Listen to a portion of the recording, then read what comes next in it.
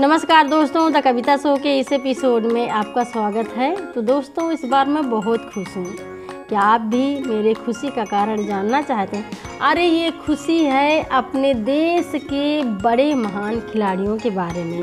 और ये खिलाड़ी हैं मीराबाई चानू, लवलीना, सिंधु और रवि दहिया, जिन्होंने अपने बलबूते और ताकत के जरिए विदेशों में जीत का झंडा गाड़ा है।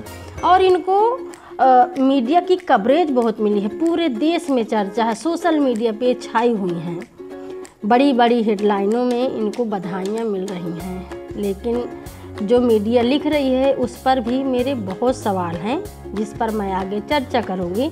लेकिन सबसे पहले हम जान लेते हैं इन बहादुर खिलाड़ियों के बारे में।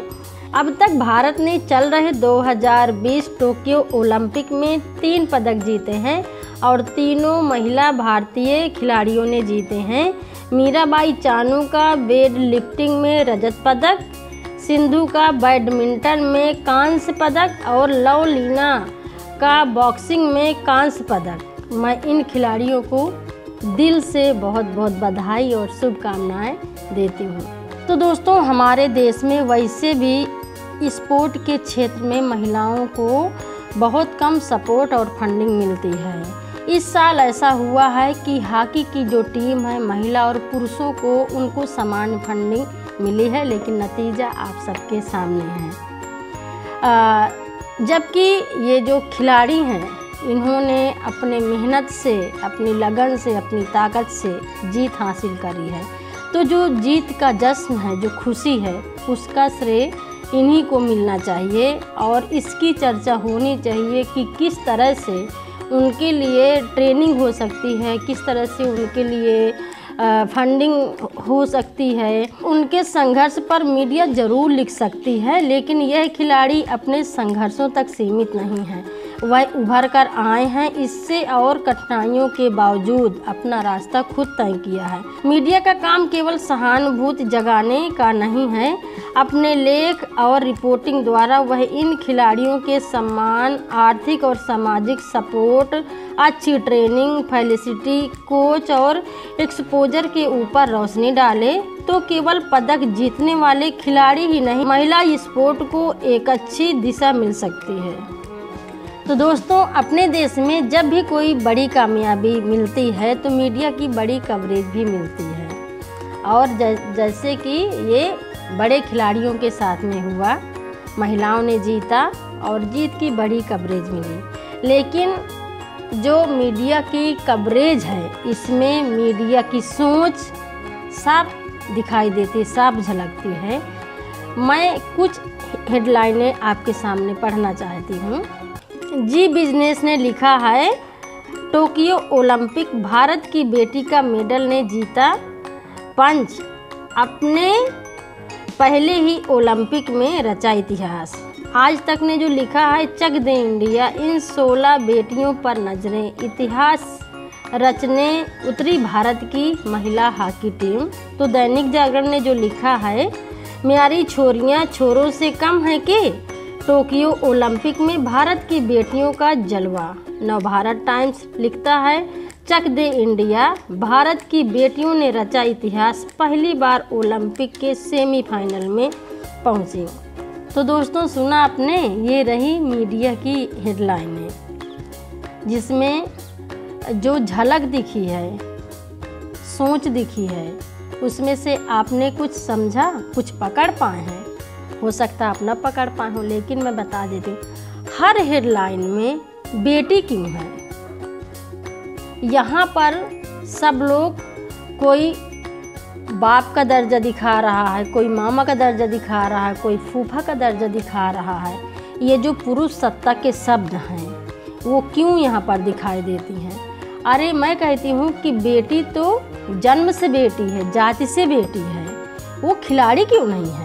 आप उसको खिलाड़ी का दर्जा क्यों नहीं देना चाहते हैं? बेटी को छोड़ करके एक बड़ा शब्द दीजिए, जैसे बाकी खिलाड़ियों के लिए देते हो, जैसे क्रिकेट मैच के खिलाड़ियों के लिए देते हो।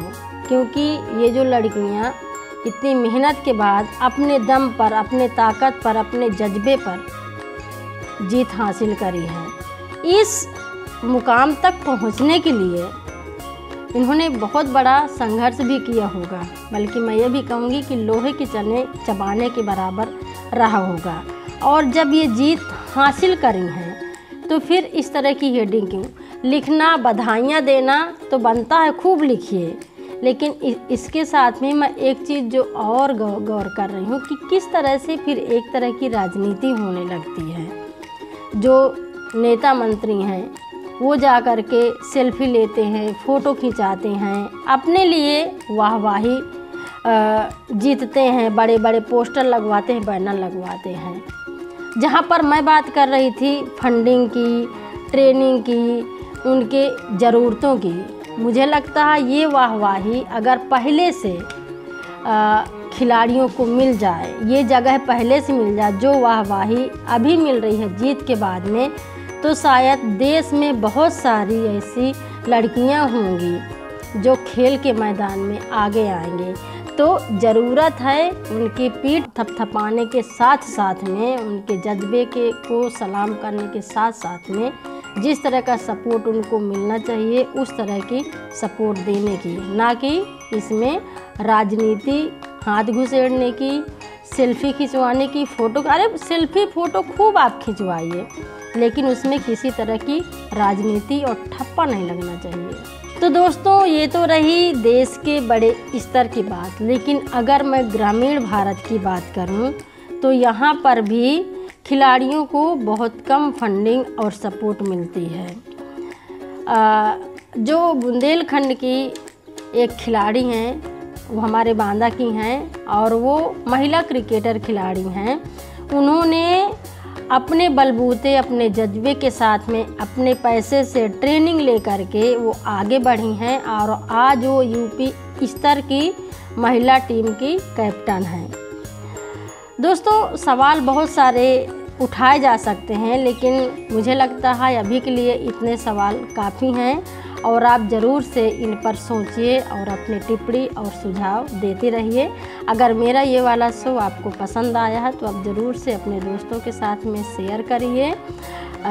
अगर आपकी कोई टिप्पणी है, सुझाव है, कमेंट है या कोई मुद्दा आप मेरे साथ में शेयर करना चाहते हैं जिसको लेकर के हम आगे बातचीत कर सकते हैं, वो आप ज़रूर से शामिल करिएगा। अगर आपने खबर लहर चैनल को सब्सक्राइब नहीं किया है तो अभी ही कर लें, ताकि हर बार मेरे शो का नोटिफिकेशन आप तक पहुंचता रहे। तो दोस्तों, इस बार के एपिसोड में इतना ही। अगले एपिसोड में मैं फिर मिलूंगी कुछ करारी बातों के साथ में। तब तक के लिए दीजिए इजाज़त। नमस्कार। खबर लहरिया, आपकी खबर आपकी भाषा।